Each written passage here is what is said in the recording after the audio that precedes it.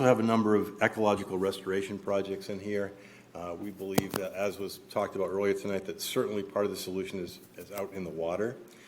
Shellfish is a huge component of the fabric of this community. I think there's good evidence that it's already providing a benefit. And as I'll get into later, our plan does not, based upon some of the comments we got at the last hearing, we backed off on the shellfish being something that we're going to count on to meet the threshold, but something that in fact might add to the plan and reduce the cost over time. But I think it's fair to say that shellfish, as well as ecological restoration of places like Mayo Creek and Herring River, we believe will have a substantial water quality benefit, but admittedly, they are hard to predict. So we haven't put too many numbers to them, but they are in the plan, and our intent is through monitoring to have the town get credit over time through the watershed permit down the line as that gets proven out.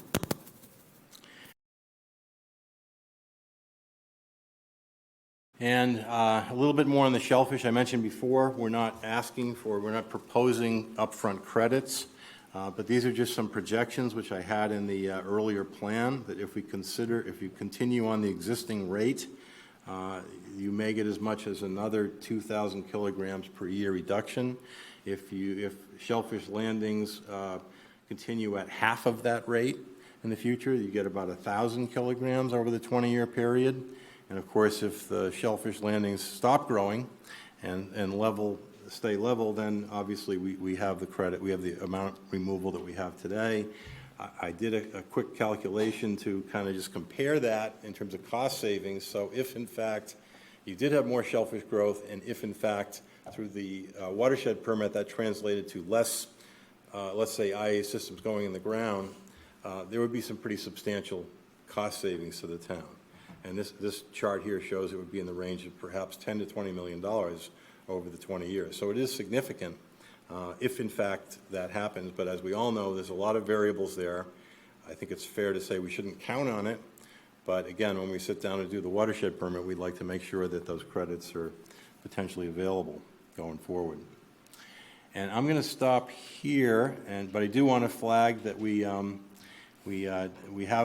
I think, a pretty good website. We've made a pretty good attempt to try to get this information out. I've been to 10 or 20 public meetings since I've been working in the town and had these discussions, and then the website has certainly served as a means on how to get this information out. And I think I know I've had a lot of phone calls and meetings with people, so there's a lot of interest in this community, and there's a lot of, as I think was mentioned before, I think there's people here who are willing to think outside the box to get the job done. And this website, I think, is a pretty good start to get that information out there.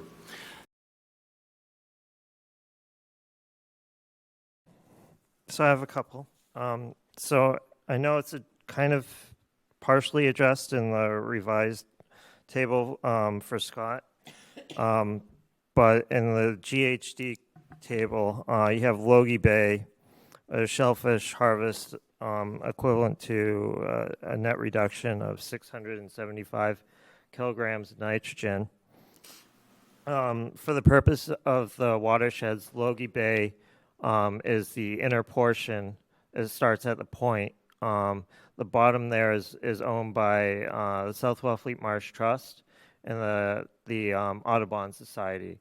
As such, there is no aquaculture operations in operation within the embayment. The harvest that's happening there is wild harvesting.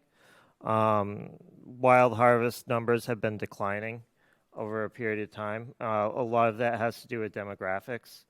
There used to be significantly more wild harvesters than there are currently. A lot of that has to do with people aging out, and unfortunately the young people are not staying in town anymore because, you know, a large driver of that it has to do with the housing costs. So at least from the table that GHD is proposing, it needs to be remedied for a reduction of harvest that's occurring within that area. I do know that it's part of a CCB, but the majority of the landings that are being received from that CCB will be from aquaculture operations. And then it includes 2 other areas where there is, well, 1 other productive wild harvest area. And then, yeah, so I do think it needs to be reduced. I mean, that would mean that there is more harvest coming from the Blackfish Creek, Drummer Cove area instead of within the Loagy Bay itself. Yep. Curt? Mr. Chair, with your permission, I believe Nancy Chavetta, the Shellfish Constable, is on the meeting, and she may want to give a little bit more background on sort of what she has in mind, with your permission. So I think part of the confusion is where people say things are in parlance, and as opposed to where things are on a mapping for the purpose of watershed planning. I don't know. I don't see Nancy with her hand up. But we do know that out of the overall landings of shellfish within Wellfleet, approximately 17% of them are wild harvest now, and the rest is aquaculture.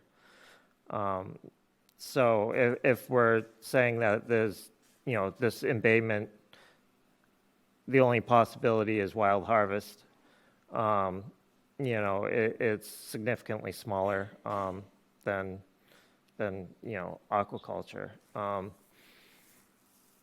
And some of the most, it's not even the most productive wild harvest area in town. That's the Cove.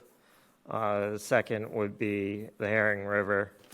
And the third is actually on the other side of the marsh for Lieutenant Island, and not within the bay, Loagy Bay itself. Mr.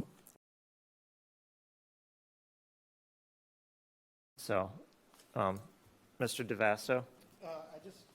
I just want to clarify something because you brought up the shellfish issue. I spoke with the ethics today, and I just want to clarify. I want to make sure that I'm correct because I'll have to recuse myself if this isn't the case. But there's no proposed implementation of shellfish additional shellfish in the plan to meet the 208 guidelines, right? Is that correct? Just to clarify, there's no proposed additional reductions to meet the thresholds with any increased shellfish. However, as I was saying before, I think when we get to the part of the watershed permit, we want to build in a mechanism such that if there were to be additional expansions, that the town would get credit for it. But the plan, the hybrid plan to meet the thresholds includes no additional growth of shellfish. Okay. All right. So I just want to, wanted to clarify that because I spoke with ethics today and I filed a 23B3 for an appearance of conflict of interest because there are no proposed implementation of shellfish to meet the guidelines in the watershed plan. I can participate and it doesn't constitute a conflict. So I just wanted to say that and I filed that paperwork. So.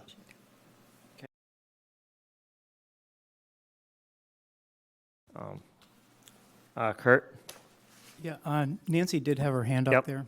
I was going to call on her next. And after she speaks, I'd like to make a few comments as well. Okay. Nancy? Hi.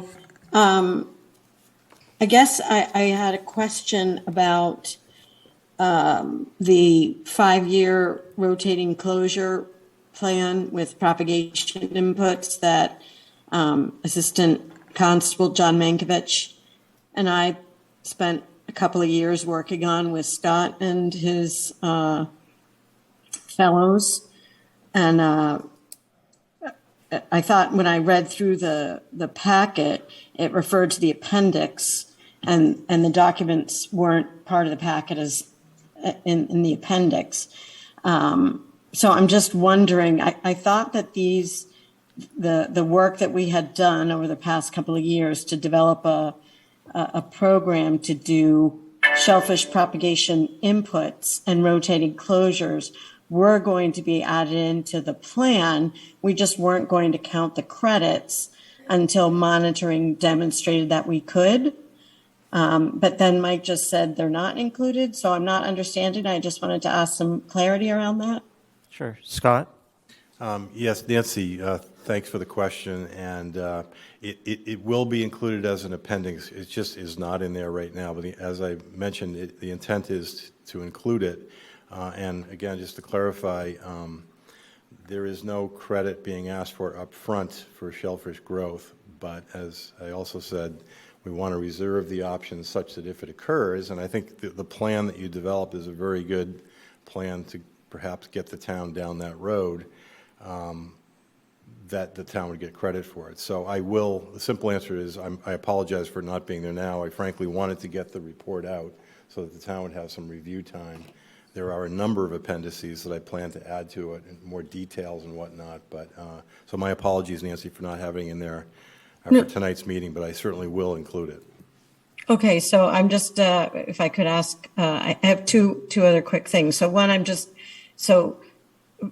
because I spent a lot of time, I've been spending time educating people about what this plan looks like, because obviously in our town, there is a lot of concern about it.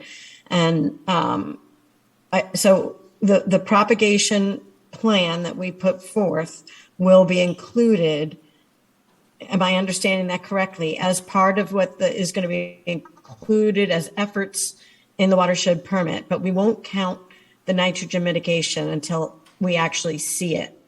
That's Am correct. I interpreting that correctly? Okay.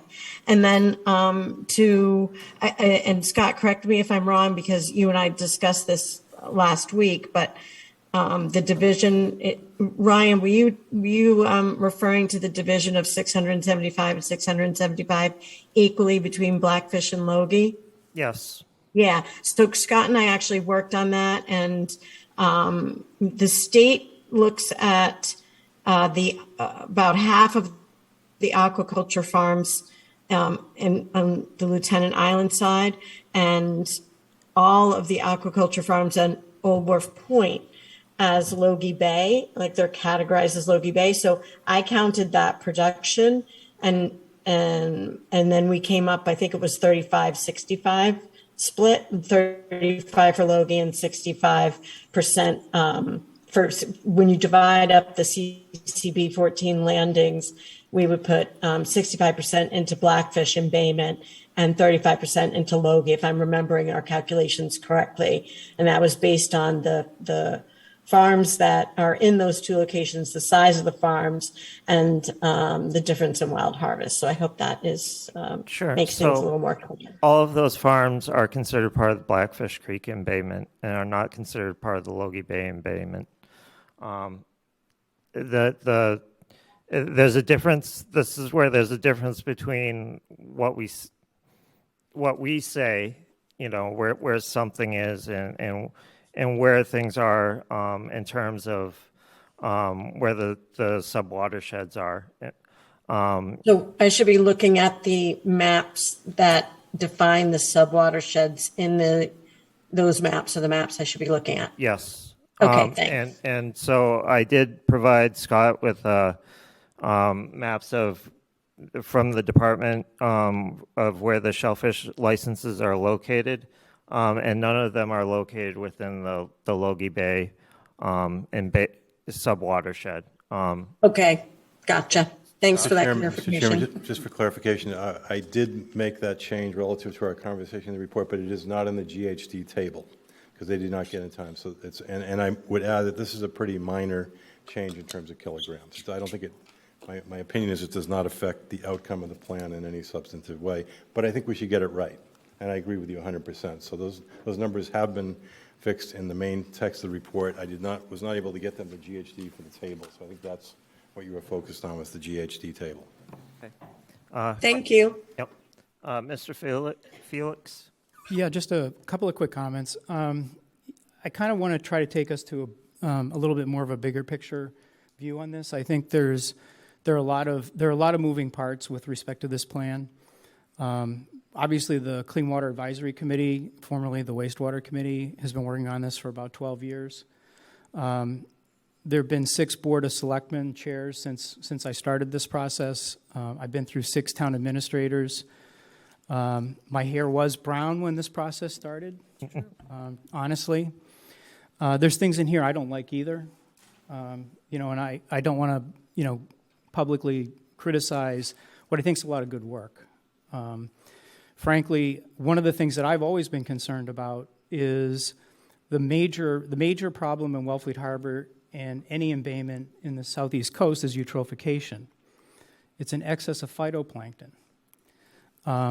Excess of phytoplankton comes from two different components. One is too much nitrogen, which causes algae blooms. The other component comes from a lack of consumers. Filter feeder fish, shellfish, salt marsh, the consumers of nitrogen. We've lost 65% of our salt marsh in Massachusetts and roughly 99% of our shellfish population. Our filter feeder fish are almost non-existent.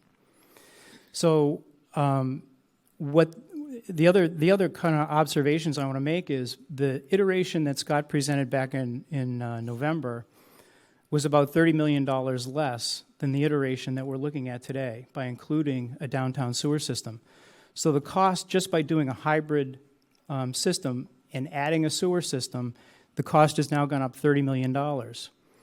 There is no project in the town of Wellfleet that the town of Wellfleet has ever approved for just that increase, $30 million. I think the largest project I can think of is the dredging project, at about 19. These numbers are astronomical for a small community. We've worked extremely hard to minimize the cost, to be extremely conscious of what the impacts are. The Board of Selectmen asked that this proposal include a downtown sewer. Every calculation that we look at indicates that a sewer connection is about $110,000 per connected consumer. An enhanced IA system, just the whole entire cost of that system is about $35,000. So it's about 5 times more expensive, regardless of how you look at it. The result is about the same when you really look at it. There's probably job benefits and environmental benefits from the enhanced IAs. But the last thing I want to say is that by having a balanced plan with a lot of different technologies, the town is extremely well served. We have 5 years to begin working on things that were afforded us under the 208 plan, things that other communities aren't pursuing. And frankly, we're going to, like we did with the Oyster project, we did a project over 5 years that reduced nitrogen in the water column 70% in 2 years. I haven't seen a project that does that yet. We reduced the phytoplankton and the chlorophyll in the water column 90%.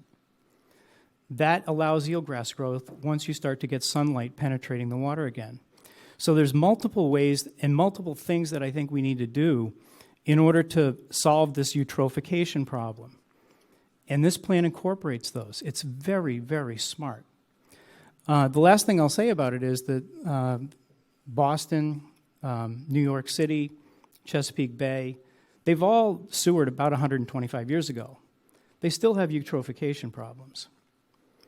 It hasn't solved the problem. In fact, the only one interesting piece of evidence comes from San Francisco Bay.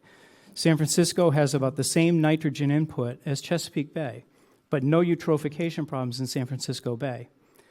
The only difference, according to Curt, who studied this, was that there's a large mussel population in San Francisco Bay that turns over the bay once every day. Chesapeake Bay used to turn over once every day in the 1900s. So the Wellfleet Oyster project came close to probably a couple of days turning over the inner harbor. There's something to that, and if we don't follow that path, don't pursue it, I don't think we're going to fix our problem. In 20 years from now, we'll have spent an awful lot of money. We will have reduced the nitrogen, but that's going to take 15 or 20 years before it finally makes its way into the estuary. And in the meantime, there's an awful lot that we can do to improve water quality right now. And we ought to be pursuing those. This plan pursues those. And in each 5-year increment, each 1-year increment, we look at the results of the data that we're getting from the water and determine our next steps.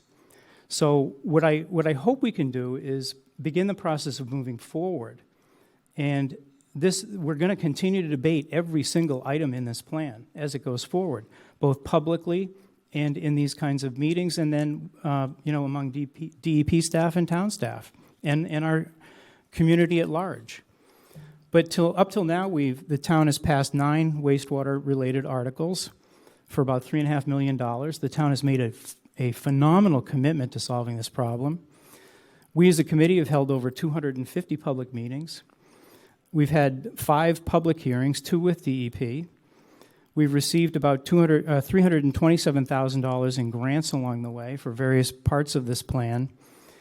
And Mr. Chairman, with all due respect, I would hope that the Board of Selectmen would consider forwarding this plan to DEP so that we can begin work on a watershed permit. Thank you.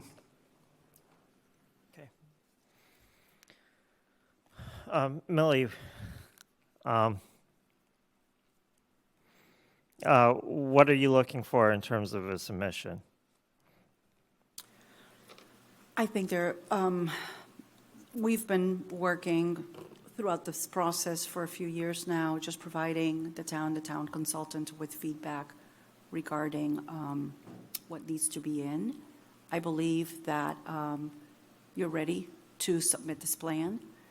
We are, again, committed. Our commissioner is right here, present, to tell you that we are committed to work with you side by side, that this is going to be your plan, that this is going to be a plan that affords flexibility. And I'm working with Maria Pinot and everyone. It's going to be all hands on deck, looking for funding opportunities.